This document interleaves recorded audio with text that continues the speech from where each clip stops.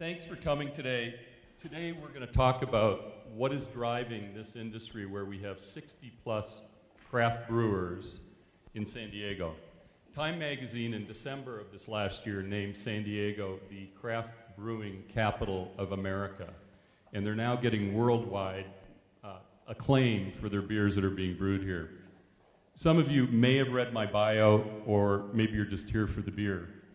But the real reason I'm here and was chosen to do this was not because of a successful business career.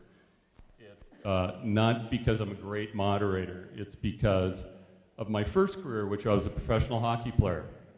And hockey players love two things: a good fight and good beer. But if a fight breaks out tonight, you're all safe, okay? I know I'm old, but I'm still fit with these guys. So great craft beers have now reached the status in our society of rock stars and professional athletes. Today, they have a following that's just amazing. They have fans. So I'm going to introduce the important people today. The first is a fourth-generation San Diegan. I call him the grandpa of San Diego beer scene. He kind of objected to that. It's a sign of respect, even though he's younger than me. Stanford grad, 26 years in business, the serial entrepreneur on our panel. Please welcome Chris Kramer, CEO, Karl Strauss.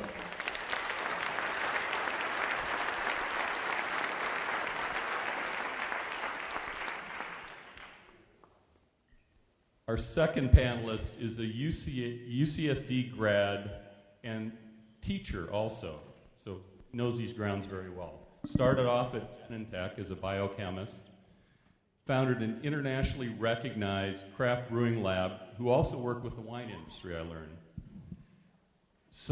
The scientist of our panel, Chris White, CEO and founder of White Labs.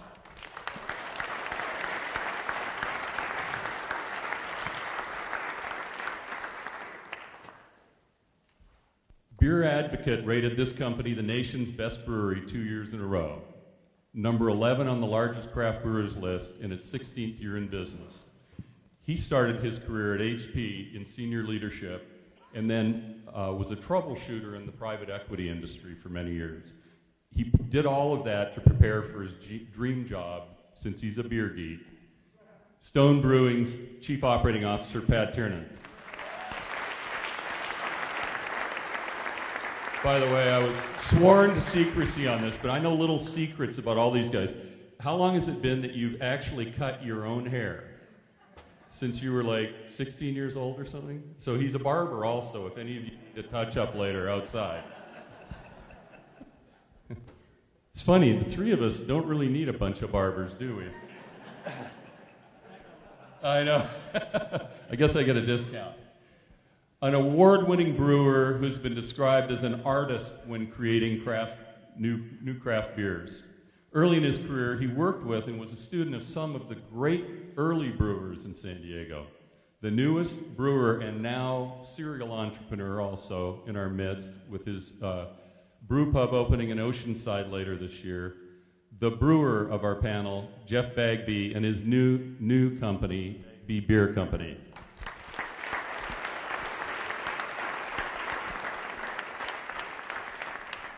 So I'm going to ask each of our panelists in kind of consecutive order here to talk about how you got in the beer business. I'm going to lead off with Chris C.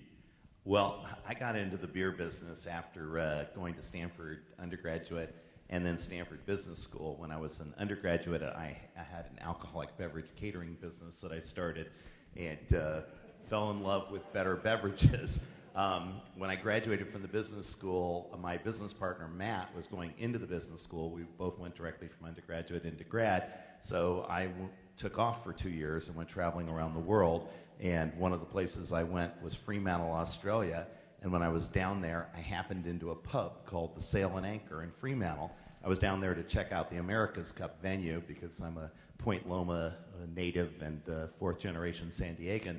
And sat down at this bar and ordered a pint of bitters, and it was the best beer I'd ever had in my life. And so I called the bartender over and asked, what kind of beer is this? And he said, you know, it's a beer we make right here on the premises. I'd never heard of a craft beer before. So I said, seriously? And he took me around the side, showed me this little craft brewery that they had at the Sail and Anchor, and light bulb went off in my head, because here was a beer, a product that was differentiated from any beer that I'd ever had before in my life, and better. Here was a place in the world that was more like San Diego than I'd ever been to. Here was an establishment that was doing an enormous volume as far as I could tell, and I had a ringer in my family, Carl Strauss, who was my relative and a world-famous master brewer, probably one of the 3 most famous brewers in the world in his day. And so I determined that when I got back from San Diego, I was going to talk to Uncle Carl about his craft, and with Matt Ratner, my business partner, and I doing the business end, and Uncle Carl providing the brewing skills, we set off on this journey back in the 1980s to start the first new brewery of any type to open up in the city of San Diego in more than 50 years. It's been a wonderful pilgrimage over the years. I know you only want us to go for about 2 minutes, but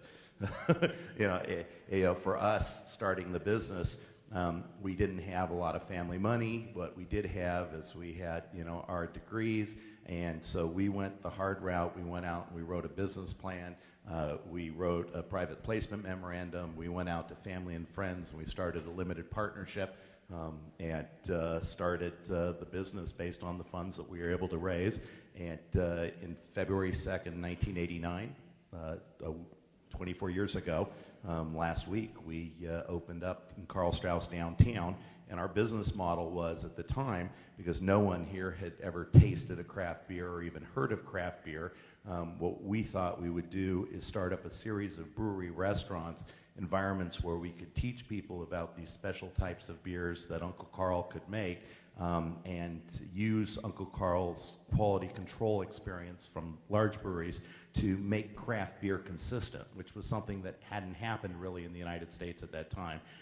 It was a very inconsistent craft. And so we thought if we could get enough sampling, ultimately we could convert enough people to this different style of beer to create a long-term business and leverage off of that to get into the distribution of our beers. And we've been following that business model ever since. We now have 7 brewery restaurants here in Southern California. We're the 44th largest craft brewer in the United States out of more than 2,300, and we've had the smallest geographic distribution area. Up until last summer, we only distributed in 1/3 of one state, the bottom third of California. So we are now growing very quickly. We started distributing in the rest of California in the second half of last year, and last month alone, our beer sales were up 45% over the previous January. So it's a wild ride, and the best is yet to come. Thank you very much. I have one question. Of your original investors, how happy are they? Very. Actually, one of the things, and they'll all talk about this as well, is you always have to keep feeding the baby. And, it's a wonderful industry, but, as your business grows to be tens of millions of dollars in sales, you have a lot of capital investment. And I'm sure Pat especially can talk about this, is that, you're always looking for the next, source of funds to build the next brewery, build the next brewery restaurant. And so we just started a new capital raise last summer, and the first few $1 million came from our existing partners. I used to go to lunch downtown on a regular basis with several of your original investors, and I remember them having to go there because of their 50% discount card to use up their, their beer winnings, which I was always happy about. So thank you very much for that story. Chris White. Hello. I love beer, and I think all of us up here wouldn't be in this industry if we didn't. I think that brings you to this industry. But if I look how I got started, I think I can see a few things that led me towards beer and this business. I was born and raised in California, but I spent most of my summers at a farm outside of a family farm outside of Toronto, Canada. And I think, first of all, I wanted to be a farmer. after doing that each summer. So that's always what I thought I would do, but that doesn't make sense when you get older. So then I found chemistry in high school, and I became really interested in chemistry. And then in college, in Davis, UC Davis is where I went, I found biochemistry. And for me, biochemistry was a way to figure out how DNA worked, and I was fascinated by how genes help control who we are, or dictate a lot of what we are. But then I found beer, because I turned 21 at that time, maybe a little bit before that too. And I started homebrewing. So then became even more and more interested in beer and beer making. Came to UCSD for graduate school and found yeast, because I joined a yeast lab that was a biochemistry-based yeast lab. But continued homebrewing and decided that I really had this passion for yeast and beer, and I would start a company that would make yeast for breweries. Problem was I didn't really know how to start a company, and there was no examples for a yeast company, the kind I wanted to start. So I fortunately, since grad school takes a long time, I had about 5 years to work on that and collect yeast strains. And I just started doing it. I didn't raise any money. I just got a few $1,000s, $5,000 from my parents, and that sort of seeded it. But it stayed very small for a while because of that. But then, since we were doing something so unique, making beer for breweries, and more breweries were opening up, we just kept growing and growing and growing, and we were doing a really good job at it. And now we supply yeast to over 1,000 breweries in the US and worldwide. Lots of home brewers. The Brewers Association estimates there's over 1 million home brewers in the US right now. It's probably a lot higher than that, meaning active home brewers. So a lot of them use our yeast every week, and I'm sure there's some home brewers in this crowd. And then we started, we licensed a little brewery at White Labs last year so we could just sell it on site and show people how yeast makes beer taste different. So we have over 30 beers made with different yeast strains, and people can get an educational experience to see what the yeast that we make, or even other yeast strains sometimes, how they taste in beer. And that's been a lot of fun. We get breweries coming by. There was a brewery that came today just to do a tasting because they want to release a new beer. So breweries are participating in that, the public's participating in that, and it's also fun to invite the public in, because we've always been, since '95, closed to the public. Like a lot of businesses, you make products, you sell it to other businesses. For us, it was home brew stores and breweries. So when I started with the idea of wanting to put a brewery in, a few people said I was crazy.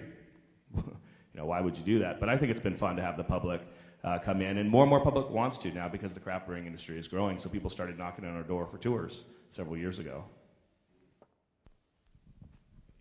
Thank you. So do you consider yourself a scientist first, an entrepreneur, or a beer fan? I'd like to think it's a combination. I love the business part of it. I love the entrepreneurial aspect of it, and I enjoy that on a daily basis. Strategy, how to grow the company, how to do new things with, as you said, wine and distilled spirits and things like that. Planning for the next 5 or 10 years, moving to new buildings, adding new processes. We've opened a few different places in Colorado and then back in Davis. And look forward to doing more and more of that. So the entrepreneurial aspect of it keeps me going every day, gets me into the office. But the science part of it is still fascinating to me because there's so much biochemistry in beer. Again, that's why I was first led to it, that we get to work with that every day. If I want to go do something in the lab or work on a new yeast strain, I could just walk over there and do it. You communicate very well for a scientist. Most of them I don't understand anything that comes out of their mouths. Yeah. Thank you very much. Pat Tiernan? All right. I drank my way into it. Responsibly, of course. When you think about it, especially here, how could you not get into it, right?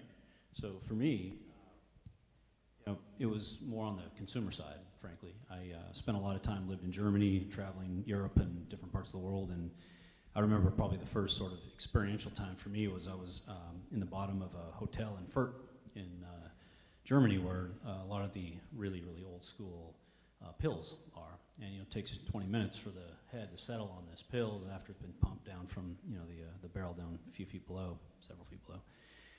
And just recognizing how different a real pills was. And then other areas, the Altstadt or Dusseldorf or Kolsch and Cologne or Köln.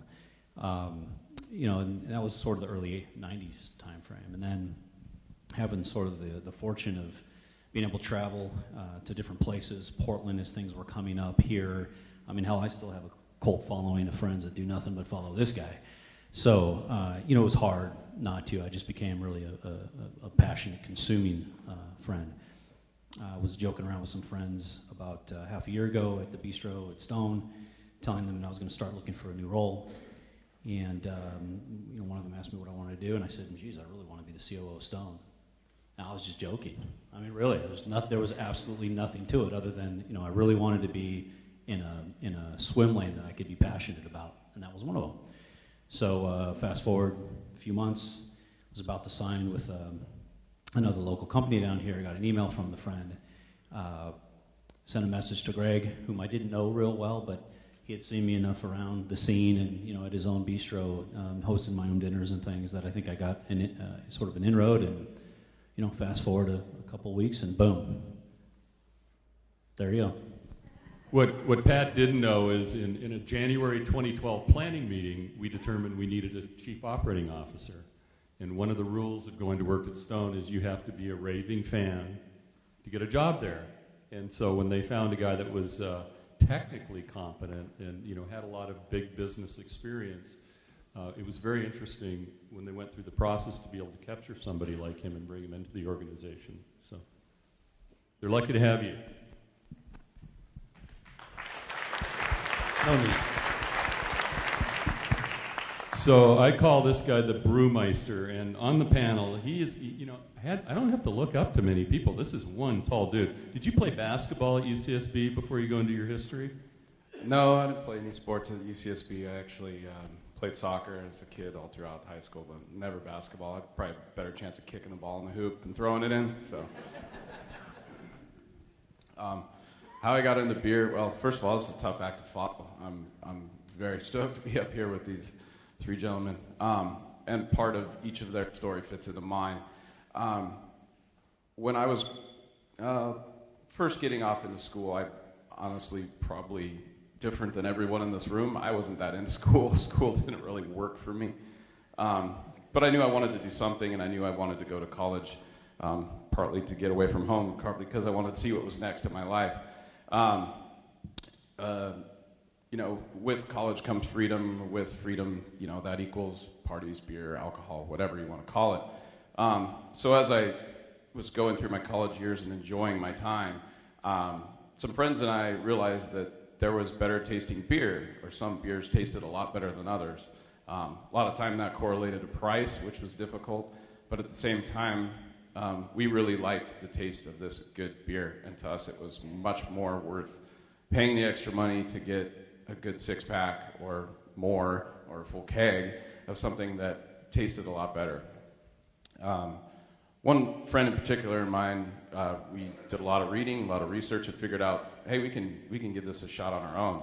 We could start homebrewing, and we can start figuring this out. So, this is before the age of cell phones and smartphones and internet, really to speak of. Email wasn't really even popular at that time. So all the research we did was, pound and pavement, going to breweries, going to homebrew shops, talking to whoever we could to learn how to perfect our craft and learn how to, just make the best stuff that we could. So that started, pretty early on. As we grew older and got more experience, we improved our equipment, and by the time I was a junior, senior in college, we had our own beer on tap all the time at our house. We went through school. If anyone in this room has gone to UC Santa Barbara, you know that you have to kind of learn how to go to school there.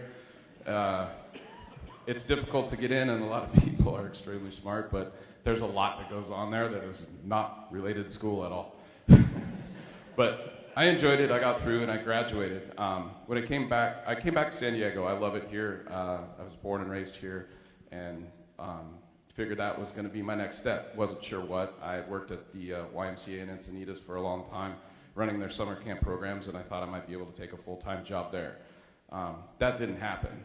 One of the requirements of my job there was to drive buses full of kids around during the summer. So, you know, out of college, summer had ended, no full-time job at the Y. Started looking for just a driving job because I had this license, and lo and behold, Stone Brewing Company was hiring for a driver. I was familiar with them because over my years of going back and forth from school and spending time here, I had spent time at places like Carl Strauss, places like Pizza Port, Solana Beach, and actually was there the first night that a Stone beer was ever tapped in public, and met Greg Cook, the CEO of Stone that night, and remembered him. So I thought, oh, this is going to be great. I can go work for a brewery. I love beer. I want to learn more about it. I want to get into this. So after about half an hour of me telling Greg my story, he's like, I can't think of anybody better. You got the job. So I drove beer for about 3 months. Every time I'd get back in the truck, I'd go and speak with the brewers and say, you know, ask them questions about the brew for the day, about process, about things that I already learned, what else I could do, you know, if they needed any help, anything. And finally, you know, after about 3 months, Steve Wagner, president, I believe is his title now. Back then it was master brewer and president. He said, hey, we need another person in the brewery. How would you like to come in? I was like, who do I hand these keys to? Take the truck. So I trained somebody to drive. I came in the brewery, and you know, the rest of my professional career started there. I learned a lot from those guys. What's different about me and my brewing career is that I learned hands-on. I learned from basically by doing, by spending time at breweries, talking to people. I have absolutely zero formal brewing education. But spending over 15 years in the industry, I believe that I've gained enough to do what I want to do. If you'd asked me back when I was at UCSB making homebrew if I was going to be a professional brewer for my career and own my own brewing company, I would have told you were absolutely crazy. But I would have said, you know what, that sounds really cool. So somewhere along those lines, back in those days, I had thought to myself, gosh, that'd be so great if I could just own a beer bar and serve great beer to people. And then that became into, you know, the fact that I was doing this as a job became more and more of a real thing in the back of my mind. But I also knew that I just did not have enough experience. And after years of going to conferences, spending time making friends,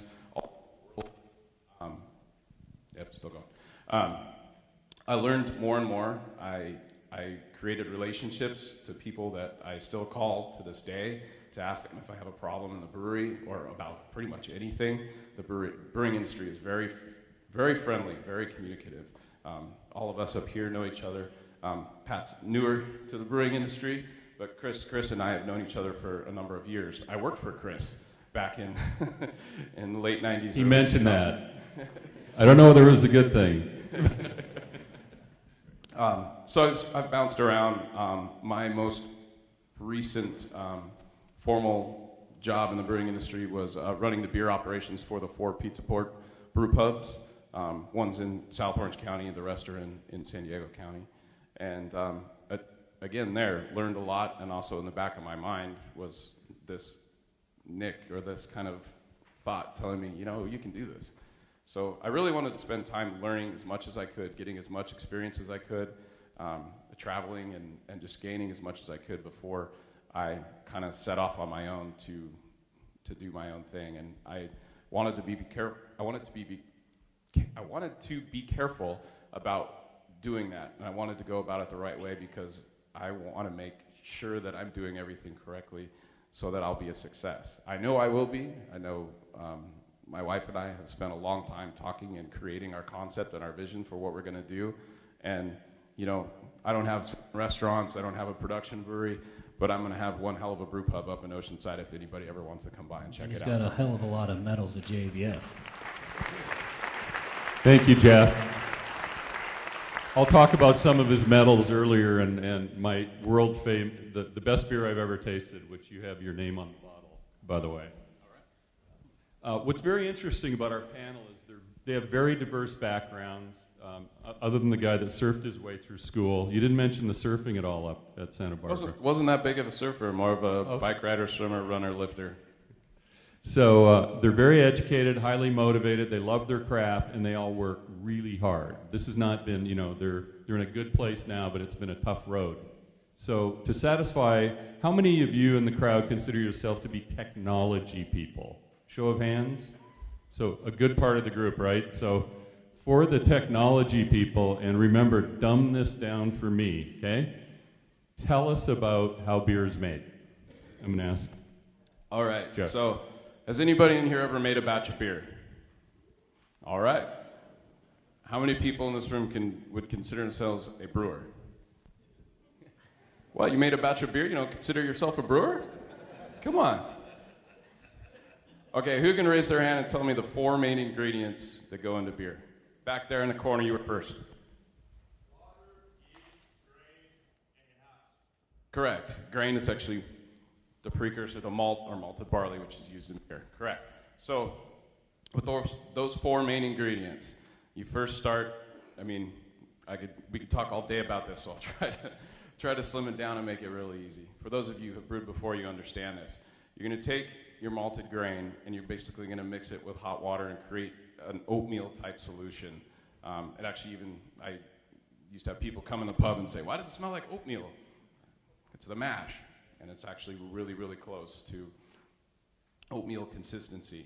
The goal of this is to convert the enzymes have the enzymes that are to convert the grain starch into sugars so that you can use that sugar later to ferment into alcohol. So grain is harvested and conditioned in a way that allows you to get different colors, different flavors, different aromas.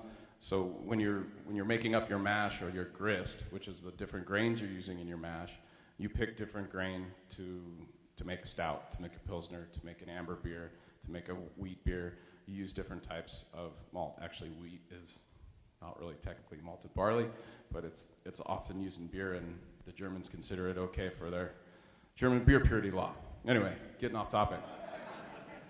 You take this mash, and basically you spray water on the top of it, being to extract all the sugar and all the color out of this mash.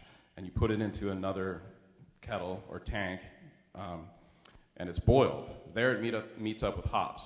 Hops are the bittering agent. So you've got this real sugary solution that you're boiling. Hops will balance out that. Hops also create aromas and flavors that are different from what you're going to get from grain. I don't know if anybody had, excuse me, because I had some, any of the IPAs that were out there tonight, the Tower 10 from Carl Strauss or the Stone IPA from Stone Brewing Company. Both those beers, if you smelled them, very aromatic, very citrusy, piney, just a different aroma than maybe you're used to if you're not a normal beer drinker. Those are Pacific Northwest hops, and those varieties of hops are strongly used in San Diego brewing, and that's kind of what's helped to drive this huge craft focus that we're having in this town, the city, because those styles are brewed here a lot and they're very popular. We've got about, every brewery in town makes great IPA. So anyway, after you've boiled, you've bittered out your sugar solution, you're going to chill it down and it's going to meet up with yeast. Yeast is a crazy thing. I learned a lot about that when I worked at White Labs with Chris. You can take the same malt, the same hops, and the same procedure, same temperature, same times, everything, and ferment that wort. Wort is the sugary solution before it's actually fermented and turned into beer. Use the same wort and ferment that wort with 3, 4, 5 different strains, and you'll have completely different beers. So there's a lot of brewers, some brewers maybe in this room, that really know how important Chris's company is. to the success and to the differentiation of different styles of beers and what you can do with it. All 4 ingredients you can change a lot. You can change water, you can strip it down and have reverse osmosis water. You can have soft water, hard water, or somewhere in between. Same with grain. Hop varieties are all over the place. Yeast, the possibilities are, I would say, near endless with how many strains and how many combinations you can use to get different flavors in your beer. Because yeast also throws aromas and flavors. Yeast also consumes all the sugar that's in that wort, consumes oxygen and sugar, and converts it into CO2 and alcohol. So depending on the style of beer, 2 major styles, who knows what they might be, 2 major categories of beer right there. Lagers and ales, correct. You know the difference? Perfect. Temperature that the yeast ferments. Also time. Lagers take a little longer because they're lagered. Lager means to condition. Ales are more faster, more vigorous fermentation. They ferment a little warmer than ales. They also ferment on the top of the tank, and lager yeast ferments on the bottom of the tank. It's a little more mellow fermentation.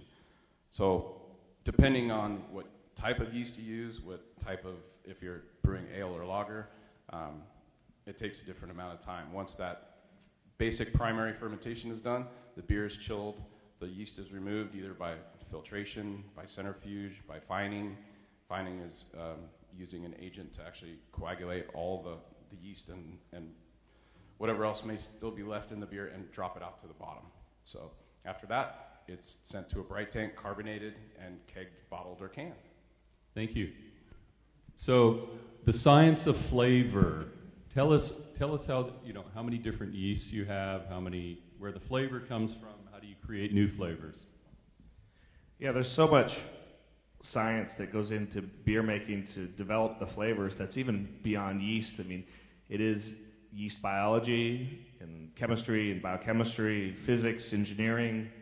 If you go through the, say, an Anheuser-Busch plant in Los Angeles, it's an engineering marvel. But even if you make beer at home, you can do the same, almost the same thing without that engineering aspect, but you can make beer at home and not know really, or need to know, what's happening. Just sort of like baking bread, you can add yeast to some dough, and you don't have to know the chemistry of really what's happening, but you can make bread out of it, just knowing how to do something. And this is how brewers made beer for thousands of years. Yes, you have the fancy big plants now, but you had people making beer like you're making beer at home throughout history. As soon as people started farming, settling down, they started growing barley and making beer out of that barley. Because everything that's happening in the brewing process is just about a conversion. When Jeff said that the malt is turned into, the sugar, yeah, that's all brewers are really doing is adding hot water, right, to grain. And the enzymes inside the barley, the malted barley, convert that starch to sugar. Then we add yeast into there, and now yeast convert that sugar into alcohol and CO2, just like the bread baking with the CO2 and rises, but the CO2 just comes out of the beer. And at the same time, in that fermentation, yeast make flavor compounds. Yeast sits with beer for a week or 2 weeks or 3 weeks, so it has a long time to make flavors. In baking, if you're just rising a dough 1 or 2 hours or even overnight, there's not a lot of flavor that comes from the yeast. There's not much contact time. But in beer, so much of that carbohydrate goes right through the yeast and gets converted to that alcohol, to that CO2, and to flavor compounds. Now we can compare that to wine, where that same thing happens in wine, fermentation, but the sugar's already there from the grapes. But there's so much other flavors in wine that it masks a lot of the yeast flavors. Now we look back at beer, beer's flavors are so low in comparison that those yeast flavors come through. Even if we throw massive amounts of hops, even if we throw a lot of barley, it's still a low enough flavors that we taste those yeast flavors. Those yeast flavors are esters, fusel alcohols, aldehydes, ketones, and they're just coming out of different metabolic pathways the yeast is going through, and they stay in the beer, and we can taste them. So different yeast strains have different metabolic pathways, very slightly different, but different enough that they make different amounts of those flavor and aroma compounds So each beer made with different yeast strains will taste different. Thank you. Change directions now. Chris Kramer, your company's known for great beer, great food, and a very sound business model. So tell us about what's on the horizon for Karl Strauss and the challenges that you face when you sit down and talk to your leadership team.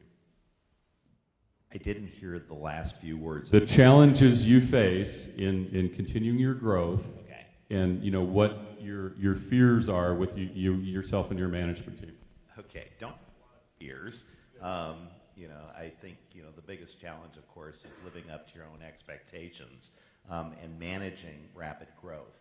For us, we're at a stage where we are considered to be the granddaddy of the industry here, but we have looked at ourselves as really just surging forward in the last couple of years. We spent a lot of time building the base for growth. Matt and I both went to Stanford Business School, and Jim Collins was one of the professors there.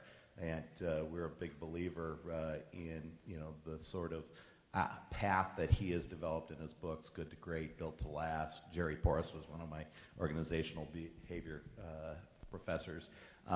But it's all about building the systems for sustainable growth. And so what we've really done is the last 10 years, we've tried to create an environment where not only can our team members be enabled to be productive and creative and go and soar, but also that we're able to do things consistently across the organization, which for us, as we have now nearly 600 team members dispersed across Southern California, it's really important to make sure that everybody is on the same page. And we're in a process right now. We just built the first of 8 new Karl Strauss Brewery restaurants, which we opened up last summer in 4S Ranch, which I got some kudos on earlier tonight. And we are also in the process of expanding our geographical distribution footprint outside of Southern California.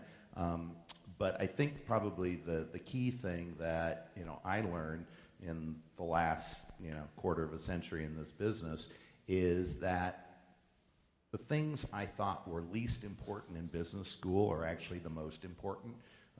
I remember taking Jerry Porras' organizational behavior class my second year at the business school, and most of the Stanford MBAs thought it was a bunch of phooey that we were forced to take this class. And a quarter of a century later, you realize that your company culture that you develop is really the only thing that matters. That if you can create an environment where everybody is on the same page, the communication is seamless, and that everybody is in sync with the same goals, moving towards the same future, you can actually get people to do what you want them to do when you're not there. And so that's been a huge part of the learning. We do try and be a focused, disciplined company, and for us that means that we've always listened to what Karl taught us, which one of the things was you never distribute beer beyond a region where you can make sure the product is right in people's mouths when it gets to them. And so we've gone very slowly in our distribution to make sure that everything is right. Slowly in terms of geographical reach, not slowly in terms of what our penetration is. Because as I said, we sell a lot of beer in a very small geographic area. Thank you. Pat, Stone is made up of a lot of founding members, people that have been there a long time, and then a new group of people that have come in the last several years, a professional management team. How do you work together to maintain the brand and the culture at Stone? I listen. I'd stay connected with Greg and Steve. I'd listen to people who are here in the audience, Brian, Andy, to kind of give me feedback for the types of things that I want to do. We choose a pace at which change will occur. Culture is huge, as he just mentioned, so being respectful of that, but then also being mindful of the choices of what parts of that you want to change and what parts of that you don't, I think are all sort of elements of that. For me, it's about sort of building little wins at a time. I view my charter as, basically making everything easier. in the company. So however we do whatever we're doing, whether it's getting a beer to market, whether it's putting together the sales catalog for it, whether it's putting the page on the website, or putting the beer in the bottle, if I can free up the people that are brewing the beer and creating the craft, I'll be successful.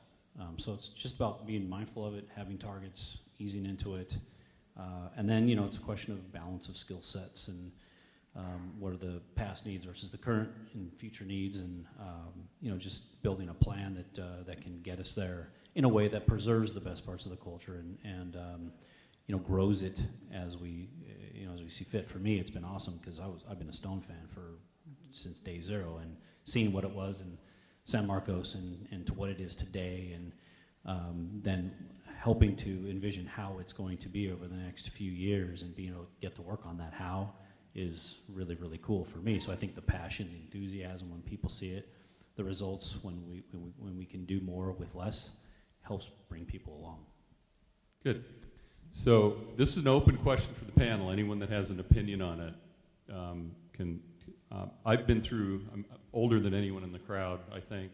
So I've been through a lot of business cycles, and I was living next door to the buy.com folks when they were had a market cap of $1 billion, and my neighbor who'd been there 2 days was worth $52 million, and 5 months later he didn't have a job. So I watched these business cycles. Is the craft brewing industry, with all of its amazing growth and so many players coming into this market, is it going to have a shakeout? I'll jump into that. I mean, first of all, you're secure. Thanks, Chris. First of all, I've been a huge Jeff Bagby fan for years, and you didn't give him enough props because he's probably one of the most award-winning brewers on the planet. Second that and motion.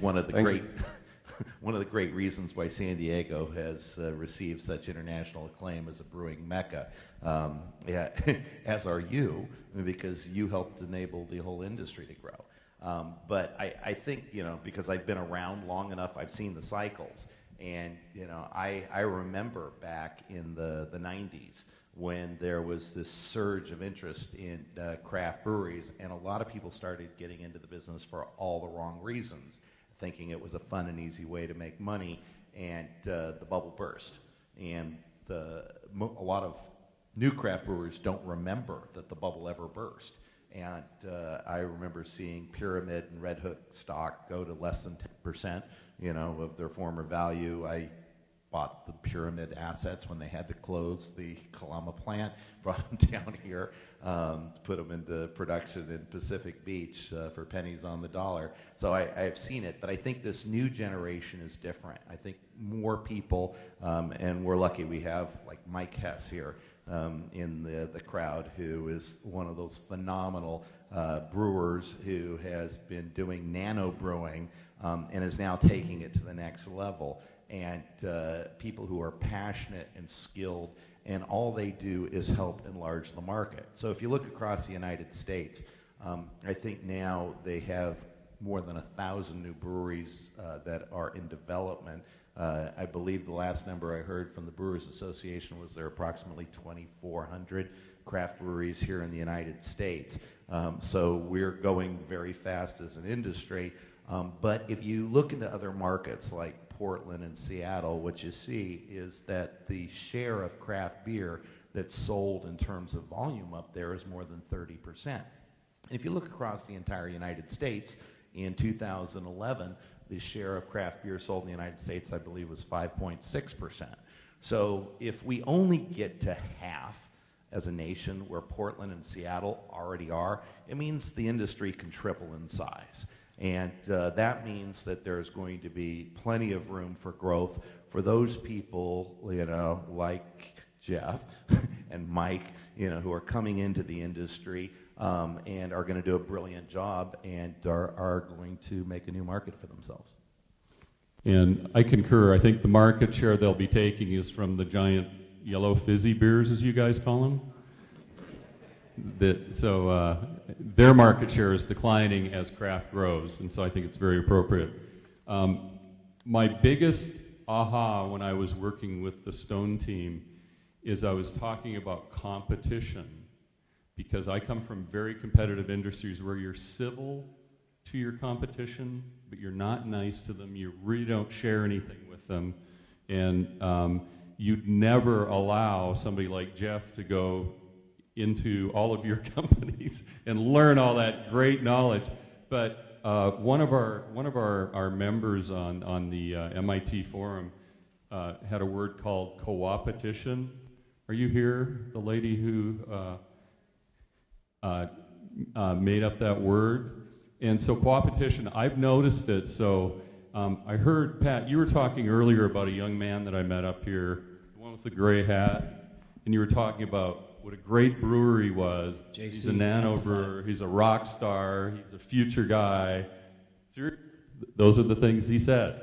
And so there is so much cooperation. And Jeff, I want you to talk about this, because the best beer I've ever had in my life, I had a week before it went on sale, and it's Highway 78 Scotch Ale. Now, Steve added a little element to it after you and Mitch, and who was your third collaboration? Chuck Silva. Chuck, yeah. So he had a little private stock that I uncorked on Super Bowl, and so tell me how you collaborated on that. Sure. First of all, the beer that you're referring to, was that the barrel-aged version, I think, that just came out? Okay. Yeah. So yeah, it wasn't the base beer. You know, that Chuck and Mitch and I blended that original, I think over a year ago. And I just found out, I was at a meeting at Stone a couple days ago and just found out that the blend that we did is finally out in a bottle. So hopefully I'll get my hands on some. But I'm glad you liked it. Well, your name's on the bottle, if that makes you feel good. Well, quick funny story. So I'm in the bar at Stone Bistro. I find this out. I'm like, oh, so the beverage manager pops a bottle. He's like, you haven't had it yet? I said, I didn't even know it was available yet. And he opens the bottle. I have a taste. Thank you very much. I'm on to my meeting. Well, after the meeting, I thought, well, I'll go over into the Stone Company store there in Escondido on site next to the bistro, and I'll grab a couple bottles. So I walk in, I grab a couple bottles, and I can't remember his title, but one of what's Ken's title? Yeah, indoctrination specialist. Yeah, that's the shortened version, though. It's about 10 more words than that. Anyway, he goes up to the people at the register, and he's like, that guy's name's on the bottle. You can't let him. So long story short, they're going to get me some, apparently. But co-opetition. I like that word. I've definitely been a part of it and witnessed that throughout my time. I wouldn't be where I am in this industry or doing what I'm doing without the help of a long list of people and companies and organizations.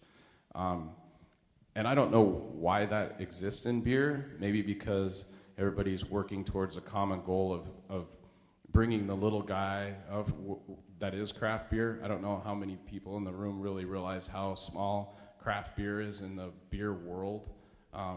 I don't even believe we've reached 10% yet of world beer production. Most of that is all your Budweisers, your Millers, your Coors, and your other giant brands like that, Corona. So maybe that's part of it. We're all kind of like, hey, we're all the small guy. What are you doing? What are you doing? Oh, we're doing it this way. And you know, that's how I learned. That's how I've passed on my information to people and brewers that have worked for me. And it just continues to go that way. I think there's friendly competition when you get to things like beer competitions, winning awards, and things like that, and little twists and tweaks that you put on your beers, and then you give it to your competing brewery and say, hey, check this out, look what I did. But I can't really put a finger on why it exists. Maybe because we're all nice guys and gals, and we just understand that that's where we're coming from. Brewing is an extremely hard job. It's hands-on, it's endless hours. It's not your 9 to 5 weekends off type of a job. So we all kind of understand that we're putting in this hard work to get to this goal. But yeah, I can't put my finger on one thing. So a year ago, a young CEO of a new company in town, it's called St. Archer. I guess it's just launching down in Mira Mesa. and he came to me and a group of people for money, and he said, hey, do you know any of the big guys in town? And at the time, I really just knew Steve and Greg, so I said, yeah, here's Steve's phone number, call him. And what I learned later is Steve kind of took him under his wing, mentored him, shared with them, told him where to go for money. I mean, just really, really coached this young man, and I guess now they've got a successful launch, and Stone's actually going to be distributing their beer, but that wasn't why they did the mentoring. They did it totally selflessly, and so I'm very impressed with your industry and the cooperation and inside that industry. I think it's also because we're partially each other's fans. I mean, you know, I go to his Real Ale Festival every damn year. I would never miss it. Why wouldn't you help the guy, you know? And Bagby will be selling autographs after the show, and I've just announced that I'm his agent. That means 50% bags. Yeah, You know, go ahead. Well, I agree with that because, as I said in the beginning, I love beer, and most of the brewers in this industry love beer, and that's how they started with it. So that carries forward and allows you to work together. Even among the largest breweries in the world, the brewers in those companies are usually friends, and they talk beer. So the craft brewing industry, since we're not so big, maybe, and not controlled by as much marketing, we can work together. So I think if we keep doing that, it is going to help grow it. So because you ask if there's going to be a downturn, you know, that's probably a lot up to us. And if we start shunning the new ones because, oh, it's getting too big, then we're gonna put a brake pedal on it, you know, faster than it needs to be. And right now, I think the public sees the brewing industry very positively, the craft brewing industry, as lots of little companies with interesting stories and high quality beers. And so if we also keep that positive aspect, then I think it will keep growing. So, you know, when there was that downturn in the 90s, there was a couple of things that happened, some low quality beers, but also there was a big kind of negative thing that came out with Samuel Adams on 60 Minutes that talked about how, you know, they didn't make the beer they were selling. And people got pissed off at that because they trusted Samuel Adams in their ads, and for whatever reason, right or wrong, people got mad at that. And that was about the same time there was a downturn. So we need to be transparent. We need to keep working to put the right image out about the craft breweries and the companies that we have. You know, just adding on Please do. what he was saying about working, we all work together.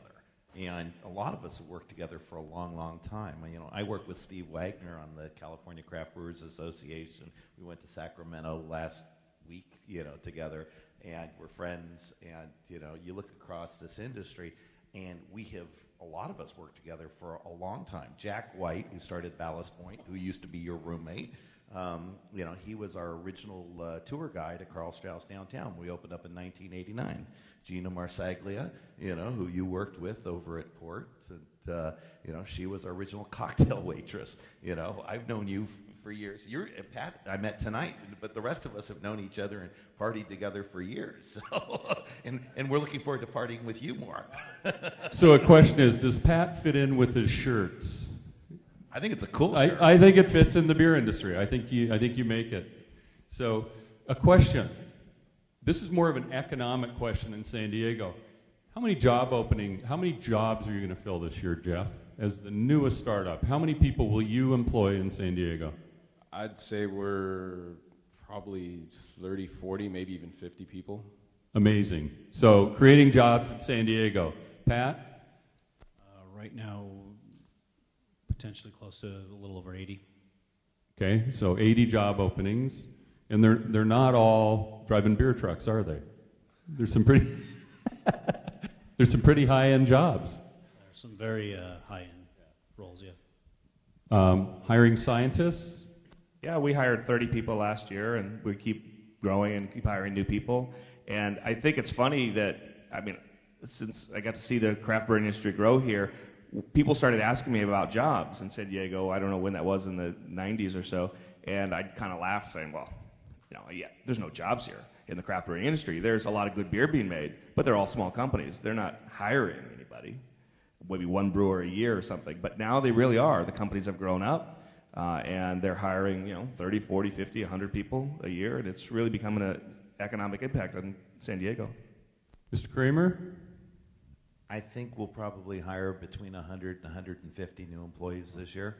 One of the things I think also that's true with all of us is that when we put out a job opening, we get overwhelmed with the response. And you're probably the same. We get 300-400 applicants for every single job, and that's just the people I know. and one of the challenges that we have as organizations is to really tighten our hiring protocols. You talk about getting the right people on the bus, and to the extent that we succeed as companies, it's all about having those right people that embrace our cultures and understand our mission.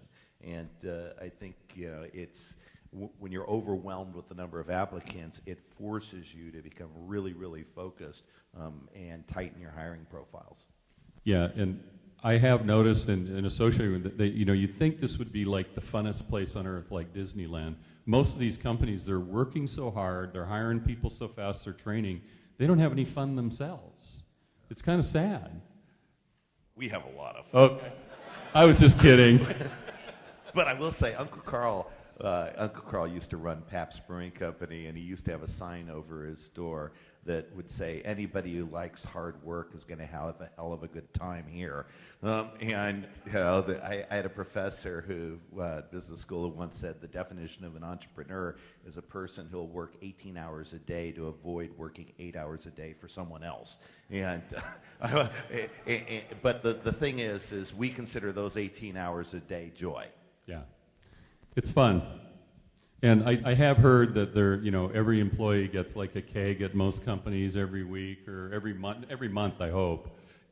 Well, there's so many beer events in town, and there's so many breweries and so many employees that work at other breweries know each other.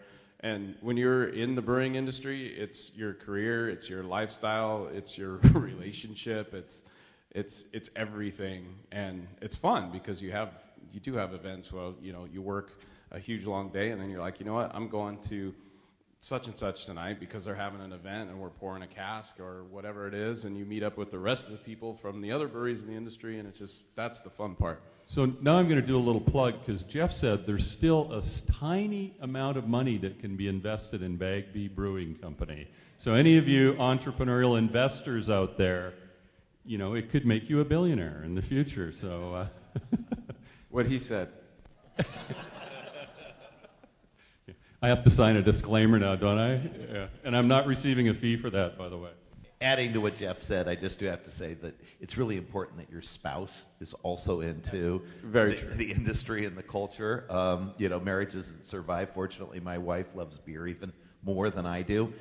So I would say if you're in the industry and you're in it for the long haul, I had this conversation with a friend of mine way back when I worked for Stone, right when I moved into the brewery. His name's Lee Chase, and he and his wife and some other partners own the Blind Lady and Tiger in town, and he's been growing his brewery operations over the last couple of years with those establishments. But we had this conversation a long time ago because we brewed the beer at Stone, we cellared the beer at Stone, we bottled the beer at Stone. We got to know each other really well, and we were just having the conversation, and we came to the point where it's like, if you're in this industry for the long haul and you really want to be in it, you almost have to love it as much as your significant other. And your significant other has to understand that you're going to love it almost as much as them. And my wife's been a huge support for me from the day I met her, and she's a huge beer fan, and she's a big reason that we're doing the Bagby Beer Company. So thank you. So we are on final approach now. Before we have audience questions, we're going to do it two ways. We're going to have a Twitter feed, and then there's going to be a lineup at both of these mics if anyone wants to ask any of these people questions. So let's turn to that. Thank you. By the way, the Twitter feed is #MITEF_beer. So #MITEF_beer. And as many tweets as you want to see, send. We're going to see them up there on the. And I may have to, I've got a cheater screen down here, but I may have to stand up because I didn't bring my glasses in. So questions? Hi. You guys have been talking a lot about the technology of beer, and I'm curious about the technology of the business of beer. There's social media, marketing. Stone in particular I know is an incredibly powerful brand. Could you guys comment a little bit about some of the other technologies related to running these companies? Pat, do you want to lead off on that? Yeah, sure. So we're on our journey, and that's a large charter of mine. But I think the question is where won't it be? Certainly there's a social media side and how you go to market and how you interact with your fans. But there is the artful aspect of it where in an operation like ours, which you're typically having a brewer log something into a notebook, and that's being logged into a spreadsheet, and that's being logged into a system, and blah, blah, blah, blah, blah. My job is to make all that logging go away. There's PLCs that are used. You know, for people in this room, you might be accustomed to the insertion strength of a chip into a PCA, or it could be a bioreaction of the next, whatever. For us, it's about temperature. It's about different chemical or composition readings, pH, so on and so forth. So how we move things through the brew house to control quality, to ensure consistency, paramount. How we do our material resource planning, how we get visibility, how we're assuring hop contracts, how we trace, let's say, a quality issue with a bottle that might be experienced in the field back to its lot from the supplier. It's really, frankly, everywhere. The things we're doing to release beers, used to be very manual. Very shortly now, it will be nearly automated. Doesn't mean people don't have to do the work, but it means you do a lot less of it to get the product out to market. So for me, it's sort of one of the fundamental underpinnings of helping Stone scale to that next point. How many followers does Stone have on their brand, whether it be through Facebook, other social medias? I don't know the exact number. I think it's about 280,000 now, something like that. How does Karl Strauss market socially? Well, we do Facebook, Twitter. Again, our geographic distribution is so much less. So we have this small area. But I think over time, what we've done is we've started embracing more social media and making sure that people are able to connect with us in the ways that they do these days with PDAs all the time. I think we're going through the same thing that Pat and Stone are, which is, at every level of your business, you're trying to get more efficient and employ more technology. So, our IT departments are working overtime. You're bringing in, management consultants who are looking at production processes and, trying to make them more efficient, and then, employing whatever is the latest computerized, process to make your systems just work better in the brewery, even in the restaurants, the brewery restaurant operations. Making sure you have the most efficient point of sale system, the most efficient management tools for managing labor. When you've got hundreds and hundreds of employees working in restaurants, labor management's really important. So we have a home brewer that wants to ask how you make the jump from home brewer to a commercial enterprise. I guess I do answer that. I didn't really do that because I went from homebrewing in college to working for Stone, where I actually learned professional brewing.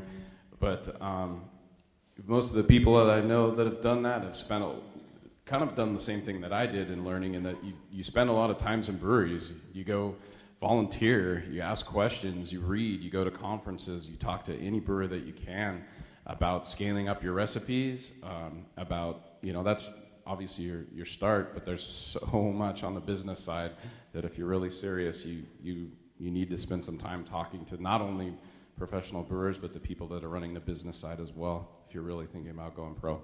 That and a lot of guts. True. So Time, I have money. Our next is Angelina. Any successful women master brewers, or we call them brewettes, in town? I would say yes. I'm trying to think of all of them off the top of my head, but I know there's Laura at Stone. There's several at Stone.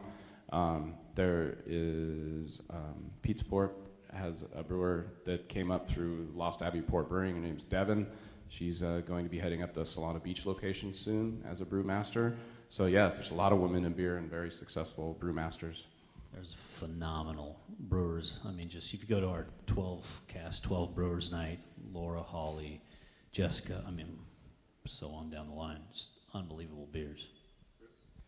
Yeah, we have a lot of women at White Labs. Probably half the people there are women, and a lot in the lab, and a lot of them brew, and some of them have done commercial batches, and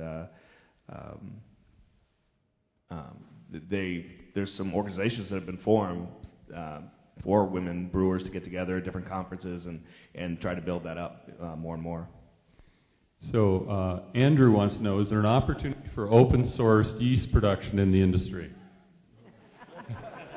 Hell no. My question would be, how would you maintain that market leadership? Oh, boy. Yeah. No. Yeah. Making yeast is difficult, and a lot of things we do is, I've been trying to work on some new systems, so it's not so difficult.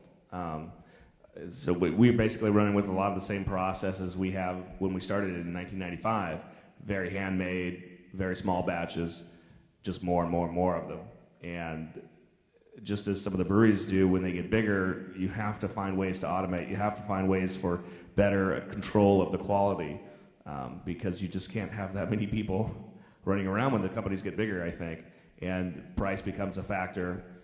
So we have looked at, so we put an R&D lab into near the campus of UC Davis about 3 years ago, and finished working on a new yeast propagation system that we're now putting into our plant in San Diego, and we hope that's going to be a big technical boost for us. And then there's a lot more automation connected with that, and traceability right from the beginning of the first plate that starts the yeast. So subtitling it takes a lot of money to get into it, right? Big investments, not $5,000 anymore. Right, no. The lady up here. Thanks. My Twitter feed got stuck, so I figured I'd get up off my feet.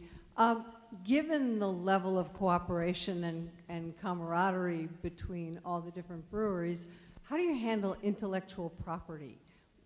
How do you capture and maintain whatever trade secret or formulas? How do each of you do it, or is there an industry standard? Some people like to share their recipes, others don't. You know, when I was at Pizza Port, I probably made over 100 different recipes. Pizza Port owns those recipes, but they're also within beer styles, and there isn't, I can't think of anybody that I know of that's going after another person for a recipe. It's usually just for a name. So it's pretty well respected. I don't know if you'd call it an unwritten rule, but yeah, I haven't witnessed it. I don't know that we ever get there, but I think it's more about the innovation. I mean, yeah, I mean, if a brewer works for, say, Stone, like I work for Stone, you know, I can't recite the recipe for Arrogant Bastard off the top of my head. That's one of their most popular beers and has been for years. And they hold that recipe pretty tight. They won't tell anybody about it. But the other recipes that they have released. You know, I'm also not going out trying to make an Arrogant Bastard clone. That's not my beer. It's Stone's beer. And what I'm looking forward to doing is making my own beer and continuing to do what I've done within the styles that I've made, but I'm not going to make the exact same beers. They're going to be a little different. Amen. Gentlemen? Yes. Alistair McCabe, California Solar Thermal. It's a related question, and that is, in terms of, there seems to be two basic models. One is the Karl Strauss model, which seems to be that the restaurant drives the brewery, in a sense, and the Stone model, which the brewery drives the market in a large part. And in that context, how does sustainability drive your choices and how you do it? Well, let me address that first, because, you know, for us, as, you know, the pioneers in the industry, it was a necessary evil to go and do brewery restaurants. In fact, I had run the coffee house at Stanford when I was an undergraduate and swore I would never be in the restaurant business again, because it's truly a miserable business unless you can do it right. And so for us, we started out doing it because we had to create fans for this style of beer, and that was the way to get that point of customer intersection and actually teach people about craft beer. But over time, we got good at it, and then it becomes a replicable skill. And yet, we have half of our business that is, the other side. It's the distribution side of the business. It's just we haven't grown it outside of this larger geographical area yet.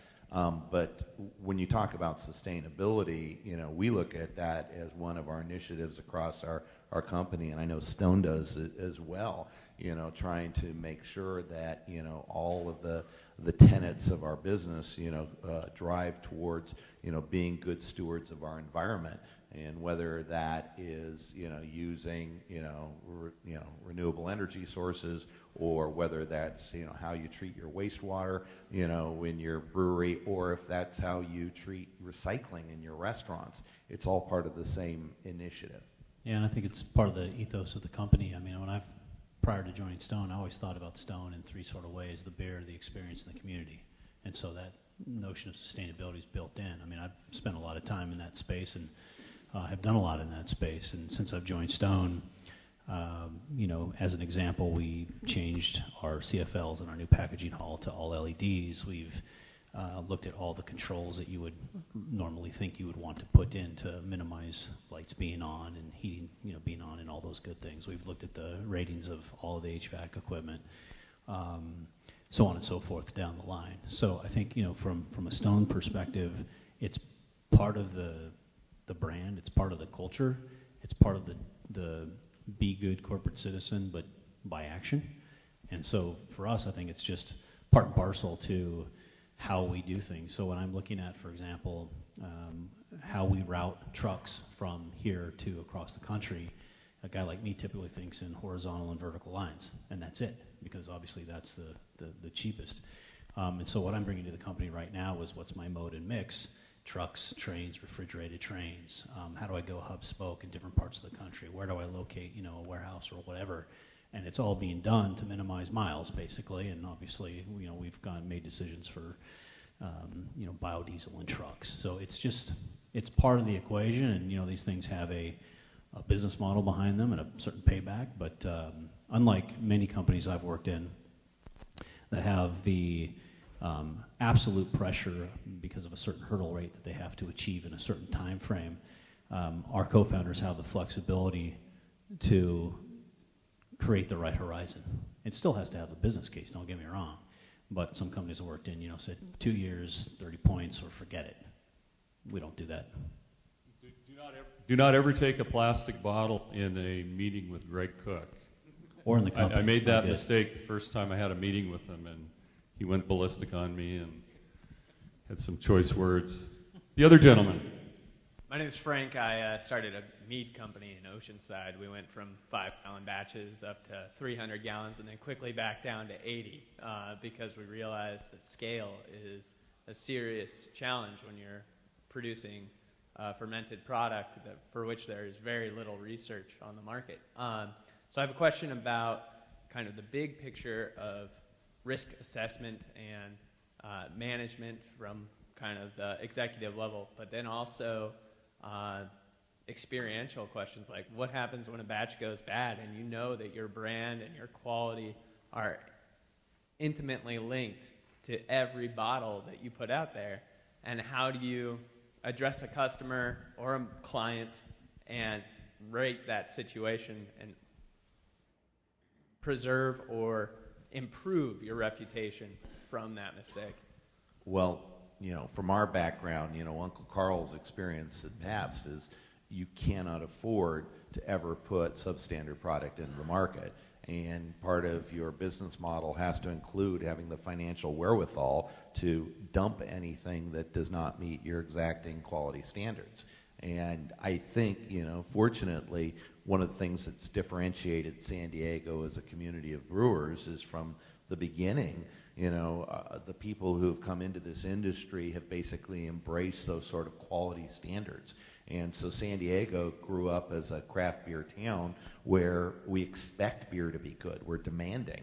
with respect to the products we drink. In terms of, assessment of what products we're going to be producing, we do a couple of things. One, we kind of let the brewers run wild with a lot of stuff, but we have the luxury of having little incubators with our brewery restaurants, so we can go do small batches.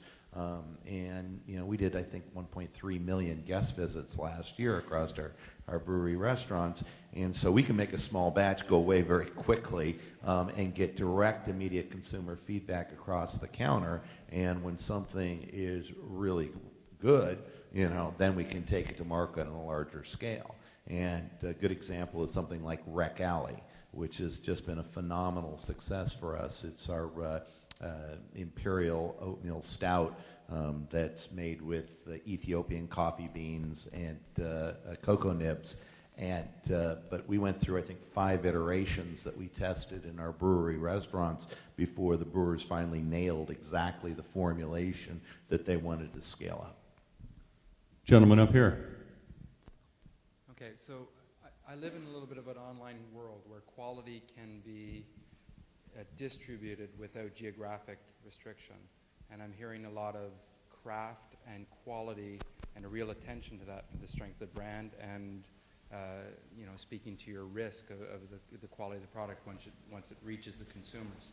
I'm making some assumptions. So main delivery channels being through the brewery restaurants, which can't have regional distribution. I'm assuming the largest fan base being closest to the headquarters of the microbreweries or the craft locations for that brew. How much in each of your businesses is the component of direct to consumer? Does it exist, and in what fashion? And as a follow-up, how large is the North American population of craft beer consumer? Pat, give the answer I've heard before. We distribute all over the world. We have people in the field that do nothing but check compliance to what we call our out-of-code date. So many craft brewers believe in high quality and have certain standards. You've got to ship things cold. You got to keep them cold. We have contractual obligations to make sure that the product is moving within its code date. And we go out and make sure it's happening, whether it's on premise, off premise, in somebody's warehouse. Hell, and I was just in Arizona 2 weeks ago looking with one of our distributors out there, and what's the first thing I did? I was back in the warehouse actually looking at the dates on boxes and bottles. So from a quality perspective, I think collectively we feel that is paramount. There's freshness, there's how the beer tastes, there's consistency. Those are all quality standards. So we feel incumbent that we've got to get out there and basically live the part. Yeah, I think the easiest thing for a brewer, easiest model in terms of quality for a brewery is make the beer, sell it right to you across the bar. Because there can be a wider range of quality. Even if you want to make the highest quality beer, you're going to sell it very quickly. It's going to stay cold. It's not going to pick up oxygen. Beer is a biological product that has this yeast fermentation that can be different sometimes, and also it's very susceptible to oxidation. Just like if you leave bread out, it'll get very hard and uneatable. Beer is made up of the same components, so it oxidizes very, very quickly. So what a challenge for small companies to try to make something like that and with a small staff and not much automation and get it out to the public in good condition. And I think that's one of the things the U.S. And North American craft breweries do so well. They didn't do as well in the 90s. There was a lot of bad beer that, you'd open it up and it'd shoot out of the bottle, and consumer confidence went down, including myself. I was getting scared about what to buy in a store. So I kept going back to Sierra Nevada. It was always going to be good. So other breweries realized they had to be more like Sierra Nevada, tighten up the quality, make sure that the consumer was not going to have that bad experience when they opened the beer.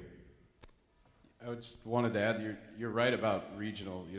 I'm a pub brewer. I mean, I've sent beer all over the world too, don't get me wrong. But packaging breweries, when you look at the science behind it, you're actually doing the worst possible thing you could do to beer, and it's jamming it in a small container and all the process that goes along with that, exposing it to air, everything else. It's pretty much the worst thing you can do to your beer because it just starts diving in quality. So like these guys are talking about, paying attention to you know, distributors, if they're keeping codes right, if even retailers are storing the beer cold and properly out of sunlight, you know, not out warm. All these things happen. And then I also wanted to answer your last question about how many craft beer consumers in North America. How many people in North America? There you go. Everyone is a customer. It's still coming, unless you have celiac and you can't actually drink beer. This is the co-opetition part of the contest. So, excluding your beers that you brew, currently, what's your favorite beer? Usually I say, well, first I'd say I don't have one. Okay. Then I usually refer to whatever is freshest, local. That's what I go for. Whatever I like. I like a wide range. But give me a name of one you tasted lately and went, this is good beer. I don't know. Trying to remember what I had last night. Oh, I was at Prep Kitchen in Little Italy. I had a AleSmith. My buddy Valentine. It was an excellent beer. But that was also, well, other than the Sculpin I had here, that's the last beer I had. So. And AleSmith is turning out some great beers also and winning a lot of awards, right? Yeah. Pat, question for you. Well, one of my literal favorite beers is our Enjoy By. I mean, I have to say, because it really is right now. Enjoy By. Yeah, so I think, you know, talk about yeah, exactly. The oat that Pizza Port did for, that beer was phenomenal. Oat, just phenomenal. GABF award winner. Mike's Hess. I don't see you in the audience, but yeah, hey, I mean, this guy has amazing beer. I've been a big fan. I ride to his place from my house on the weekend. JC's beer is a big fan. Society, if you haven't had their Pupil and some of their other beers, it's pretty phenomenal. I mean, there's just great beers in San Diego. Our scientist. Well, I agree with Jim. What is the last beer you had? It might be one of the best ones you had. And for me, that was in San Francisco this weekend at Magnolia Pub. They have really some of the best cask beers you can get in the U.S. They have really invested in learning how to do cask beers, and I think that's cool. But I do get asked that question a lot, so I did commit about a year ago to my favorite San Diego beer. But I like all these beers. But I think if I had to pick one, it would be Ballast Point Big Eye IPA. That's my kind of go-to hoppy, malty, nice beer. Mr. Kramer. Boy, it's tough because there's so many wonderful beers that I love. But, you know, I'm a huge Ballast Point fan. Sculpin's one of my favorite beers, and it's hard not to give a shout out to also AleSmith Nut Brown Ale, I think is perfect. Chuck Silva, who used to also work at Carl Strauss, his Silva Stout, I think is just absolutely epic stout. Thank you. Can you say all of them? I think that's a good answer. When I was talking to them when we were doing our pre-meeting meeting, I said, why has beer been so successful in San Diego craft beer? And Chris, you shared with me, you said, we don't allow bad beers to be made here. And because they all come through all these different training grounds, which are it's kind of like going to school at UCSD or Stanford, I guess. You go through this great training ground, you get a great experience, and so you don't make bad beer. It's not allowed. So, any other questions live? That's a good one. So, lessons learned in the beer business, and what was the funniest thing that ever happened to you in the beer business that you can talk about? Yeah, my wife and I were talking about this on the way down, so I'll go with this one. When I was the head brewer at Pizza Port in Carlsbad, there's the restaurant portion of the property has the brew house in it. Well, there's also some cellar equipment there, but there's also cellar equipment in the building next door, which we actually have stainless pipe running between the two, so we would ferment some of our beers in the other building. One of our big hoppy IPAs, it was time to dry hop the beer. For those of you who don't know what that means, it's usually post-fermentation. You'll actually add hops to the beer, and it really, really beefs up the aroma and perceived flavor of hops in a beer. So this is actually one of our big popular beers that I was dry hopping. So I'm up on because I'm exposing the beer, it's post-fermentation. I close up all the windows and the doors and the roll-up doors, and I'm in there by myself, and I've got hop boxes up on this ladder. This is about 12, 13 feet off the ground, or more, and I've got boxes of hops and bags of hops stacked around the top of the fermenter. And I pull off the manway that's on the top of the tank. I set it down carefully on a sanitized rag, and I start dumping hops in. Well, anybody who's ever had a buddy at a party in college and you held like a full bottle of beer and just go dink and done that with it, well, you know, that releases all the CO2. Well, the same thing happens in a 30-barrel fermenter when you add hops to it and you're not waiting or ready for it. So I'm looking at this just rising foam, and CO2 is coming out, pouring over the top of the fermenter, and I'm looking at it coming at me. And so I drop the bag of hops that I have in my hand on the ground, and I grab the manway to put it on, and I can't get it on, and beer just starts squirting in my face. And given this is cooler beer, this is, you know, I think we probably dry hop that beer around 50, 55 degrees.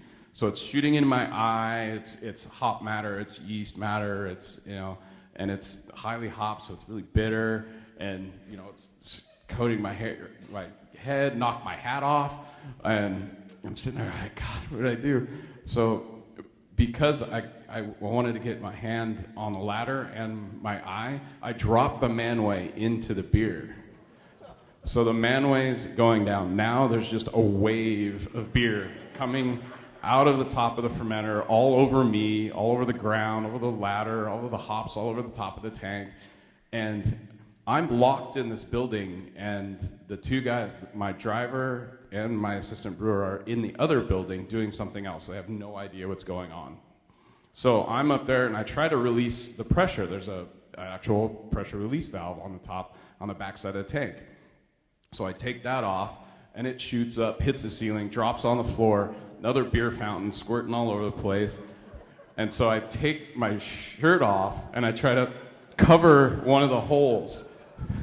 And it's still kind of coming out the manway. By this time, I'm like, I need something to stop the bleeding, you know? And so I'm kind of yelling. I'm like, help, help, somebody help me. And I'm locked in, and my driver had walked by, but he didn't have keys to get into the building. So my assistant brewer comes over, keys into the building, and goes, Sean came over and said you were shirtless and yelling?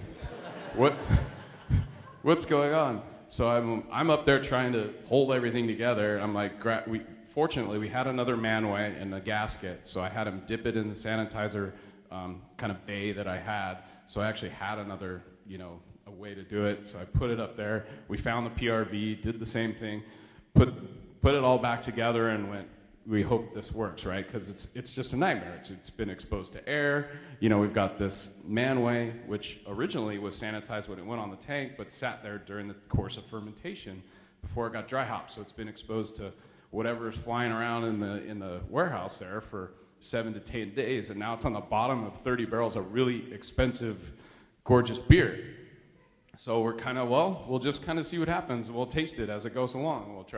We did some force testing, which is where you pull off the beer out of the fermenter and let it warm up to about 90 degrees for a couple of days, and then you drink it, smell it, see if you notice any off flavors or aromas. Well, to put a long story short, we ended up entering that beer in the GABF, and it won a silver medal as the Imperial IPA. So it worked out. Turning a loss into a win, huh? Pat, in your limited time at Stone, something funny that's occurred? Or a lesson you've learned? I think the biggest lesson I've learned in my entire craft experience is just drinking too much. At Stone so far, I don't know. You guys tell me. I really don't have any. They don't have a lot of fun there. No. So, lesson learned, if you're looking back, and it sounds like we have 3 or 4 or 5 aspiring brewers here, if you were to share with them. I guess lessons learned is you have to love troubleshooting. I mean, that's kind of comes to my mind as Jeff was trying to figure out that problem. But brewers are calling us every day, and you know what? They're trying to fix problems. So it doesn't always go smoothly. You're making so many batches a week, so many batches a day, and you're trying to make up new ideas or solve other problems. So you should embrace the troubleshooting. Otherwise, you'll never get better. Chris, I know you'll have you can't top the funny story at the end. No, maybe. Jeff's funny story. So what's the biggest lesson you learned? If you're going back, because you're the grandfather of the industry. Well, I will go back to our original experience opening up downtown. You know, here we were, two young guys, fresh out of business school, with a business plan, starting our first business with Uncle Carl, and we started this limited partnership, and we went out and we raised a chunk of money, and then it was really uncomfortable because we had all this cash sitting in the bank, and then we had to go and perform, and you know, fast forward 9-10 months when we finally getting open, after breaking down all the barriers and all the experiences that we had trying to open up that first brewery downtown, can you hear me? We ended up spending twice as much money as we had raised. And it was only because my business partner is a financial genius that we were you know, able to figure out the financing to get to the opening. And I remember that opening night, last night, pre-opening, February 1st, 1989. The VIPs had come in for the opening, and we had done this big party. It was 2 in the morning. The next morning, we were opening up to the public for the first time. We're closing the doors. It's only Matt and me. The place is clean. We're going out the front door of Karl Strauss downtown, and we're turning on the alarm system, and we stop, and we look at each other, and we say, will people come? And that's really the jumping off point for an entrepreneur, because Matt and I knew that if people didn't come immediately, we were going to not only be out of business, but we would have been bankrupt personally, and we would have lost all the money that we could raise from our family and friends. And so the piece of advice that I always give people is a reminder that the #1 reason businesses go out of business is because they're undercapitalized, and it will always cost more and take longer than you possibly think it will. And so make sure that you have the access to capital lined up before you embark on the endeavor, because when you're really in the fire, it's a hard time to be raising money. You can never get it when you need it, only when you don't need it. So I want to thank our hosts today. I'd like to thank these rock stars for entertaining you, and thank you to our audience.